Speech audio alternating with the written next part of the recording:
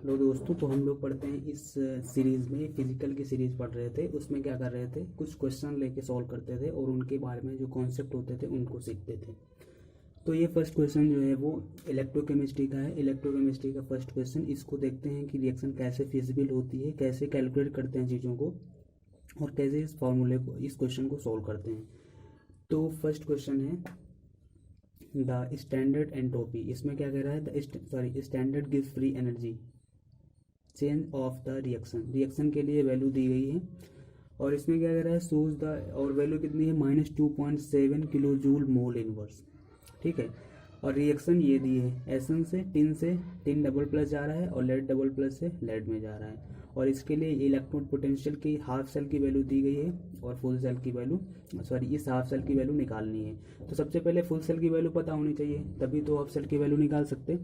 तो यहाँ पे हम क्या करेंगे, सबसे पहले जो डेल्टा जी की वैल्यू दी है, तो डेल्टा जी की वैल्यू को सबसे पहले हम चेंज करते हैं जूल में। ठीक है, तो 2.7 इंटू 10⁻³ जूल हो जाएगा। फिर जब इसको सॉल्व करते हैं तो you know about the formula delta G is equal to, first formula ये तो पता ही होना चाहिए, delta G is equal to -NE0F। अब देखो -NE0F क्यों लिखते हैं, क्योंकि कोई भी फार्मूला अपनी एक स्पॉन्टेनियस या फिजिबिलिटी कंडीशन में लिखा जाता है। तो ये रिएक्शन क्या होगी, जब फिजिबल होगी तो उसके लिए डेल्टा जी की वैल्यू निगेटिव होनी चाहिए और E0 की वैल्यू क्या होनी चाहिए, पॉजिटिव होनी चाहिए। तो जब इस फॉर्मूले में वैल्यू पुट करेंगे तो delta G equal to -NE0F। Delta G की वैल्यू हमें पता है 2.7 माइनस में इंटू 10⁻³ जूल पर मोल। ठीक है, और -n कितना है, इलेक्ट्रॉन का चेंज। तो इलेक्ट्रॉन का चेंज देखते हैं, Sn से Sn डबल प्लस में जा रहा है, Pb डबल प्लस से 0 में जा रहा है। तो यहाँ पे क्या हो गया, इलेक्ट्रॉन का चेंज 2 यूनिट का है, इंटू E0 इंटू 965, क्योंकि F की वैल्यू 96,500 होती है और इसकी वैल्यू 96,487 भी कहीं कहीं लिखी रहती है। तो इससे हम लोग सॉल्व कर सकते हैं। फिर इसके बाद में यहाँ पे जब वैल्यू पुट करते हैं, फिर E0 की वैल्यू निकाल लेते हैं, कितना आ जाएगा, 0.0139 E0 आ गया।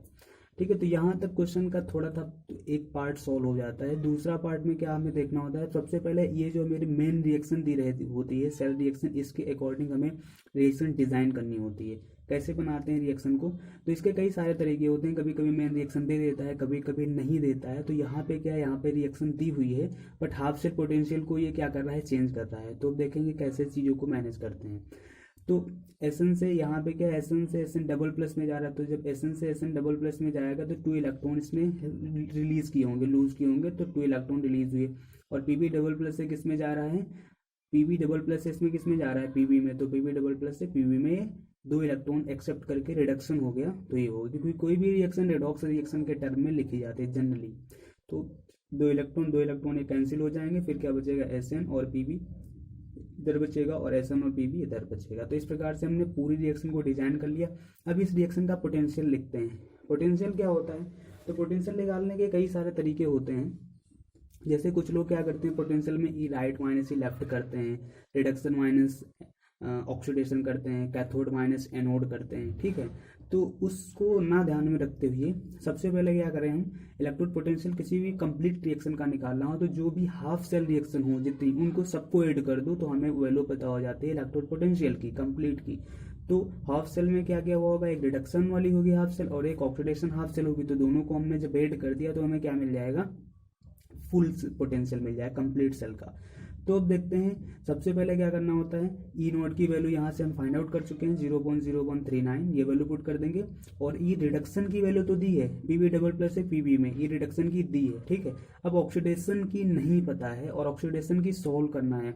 लेकिन यहाँ पे एक चीज ध्यान रखनी है, यही इसमें जो इसका समझने वाली चीज़ है यही होती है। तो ऑक्सीडेशन पोटेंशियल इसका लिखना है हमें, और इसका पूछ क्या रहा है, मतलब गिवन क्या है, Sn डबल प्लस से Sn में, मतलब ये क्या हो रहा है, रिडक्शन हो रहा है। बट यहाँ पे क्या लिखना है, ऑक्सीडेशन। तो रिडक्शन पोटेंशियल को ऑक्सीडेशन पोटेंशियल में चेंज करने के लिए साइन को चेंज कर देते हैं। तो साइन क्या हो जाएगा, निगेटिव हो जाएगा और इसको प्लस कर देंगे, और निगेटिव निगेटिव निगेटिव ही होता है। तो यहाँ पे क्या हो जाएगा, जब इसको सोल्व करेंगे वैल्यू तो ये आ जाएगी -0.14। तो E0 की वैल्यू क्या आ गई, -0.14। ठीक है, वोल्ट। तो इसी के साथ ये क्वेश्चन हो गया। तो सबसे पहले एक बार और देखते हैं इस क्वेश्चन को। सबसे पहले क्वेश्चन को रीड किया, हमें पता चला डेल्टा जी की वैल्यू दी है, you know about the delta G equal to -NE0F। और जब minus N E not F दिया गया है तो यहाँ से क्या करेंगे, इसकी वैल्यू पुट कर देंगे और ई नॉट की वैल्यू निकाल लेंगे। फिर ई नॉट जो मेरा निकल गया तो फुल पोटेंशियल तो निकाल लिया है, बट हाफ पोटेंशियल को अब प्लस करना है और हाफ सेल का पूछ भी रहा है, ठीक है। तो इसी के हिसाब से अपनी सेल रिएक्शन डिजाइन कर लेंगे। सेल रिएक्शन डिजाइन इसको लिखने की जरूरत भी नहीं है यहाँ पे, क्योंकि ये सेल रिएक्शन दी है, ठीक है। फिर उसी के हिसाब से क्या कर लेंगे, E not is equal to E not reduction plus oxidation, क्योंकि किसी भी रिएक्शन का फुल पोटेंशियल उसके हाफ पोटेंशियल के ऐड के इक्वल होता है, तो दोनों को ऐड कर देंगे। फिर जो वैल्यू देखते हैं, ई रिडक्शन की वैल्यू दी है तो इसको नहीं चेंज करना है, ऐसे ही पुट कर लेना है। और ई ऑक्सीडेशन की वैल्यू चाहिए, बट यहाँ पे किसकी वैल्यू दी है, एस एन डबल प्लस की। एस एन में जा रहा है तो रिडक्शन हो रहा है, इसको ऑक्सीडेशन पोटेंशियल में चेंज करने के लिए इसे निगेटिव कर देंगे। तो निगेटिव करने के बाद में ये कुछ ऐसी कंडीशन हो जाएगी, फिर इसको सॉल्व करेंगे तो -0.14 वोल्ट आ जाएगा। तो ये इसका आंसर हो गया।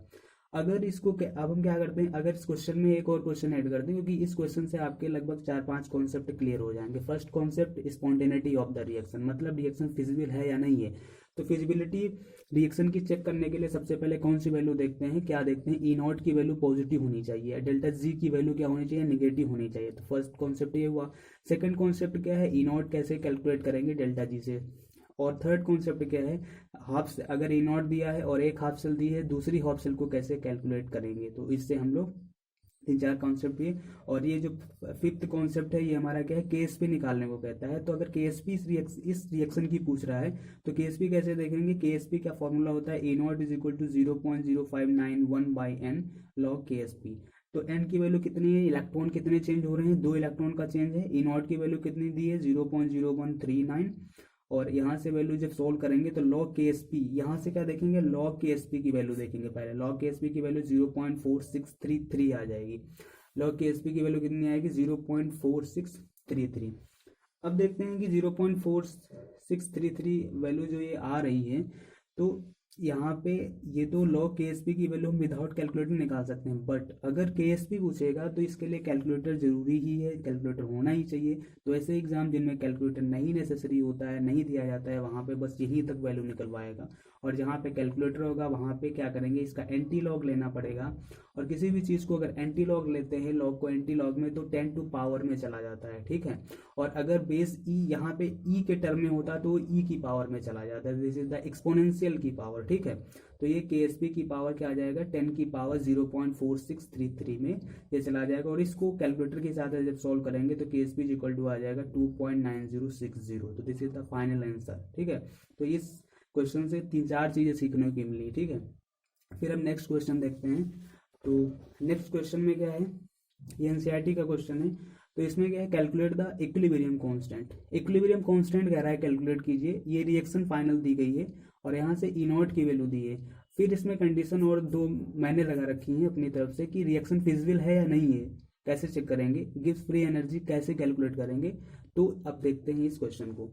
तो सबसे पहले क्या करते हैं, ऐसे क्वेश्चंस को करने के लिए हमें किस इक्वेशन की जरूरत होती है, नर्स्ट इक्वेशन की, ठीक है। नर्स्ट इक्वेशन क्या होती है, जनरल नर्स्ट इक्वेशन है, is equal to E not minus 2.303 by N F, ठीक है, 2.303 R T by N F और log K C, where are क्या है, गैस कॉन्स्टेंट है, और टी क्या है, टेम्परेचर है, F Faraday constant, N number of electronic species which are participate in the particular reaction, ठीक है।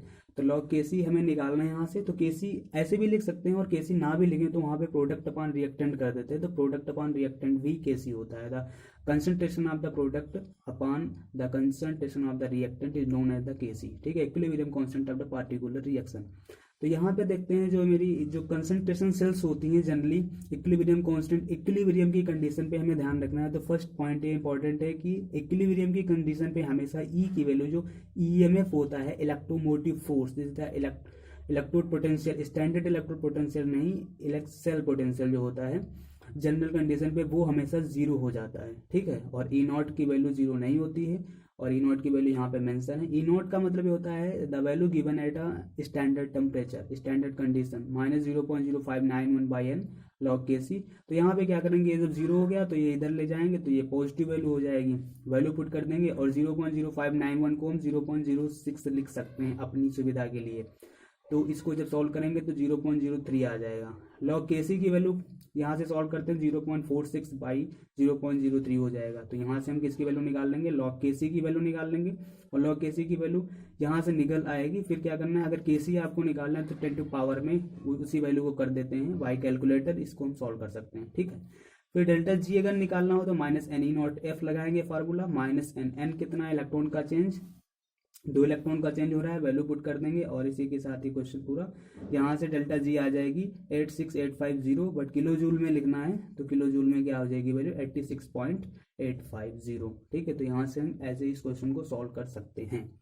और रिएक्शन फिजिबिलिटी की बात देखते हैं तो डेल्टा जी की वैल्यू क्या आ गई, निगेटिव आ गई, और डेल्टा और ई की वैल्यू क्या पहले से पॉजिटिव दी है, तो रिएक्शन विल बी फिजिबल, तो रिएक्शन फिजिबल होगी। ठीक है, तो इसी के साथ इसमें 2 क्वेश्चन थे, 2 क्वेश्चन के साथ 4-5 कॉन्सेप्ट आपके क्लियर हुए होंगे। तो अगर आपको ये वीडियो पसंद आया हो तो शेयर, लाइक एंड सब्सक्राइब करना। Thank you for watching.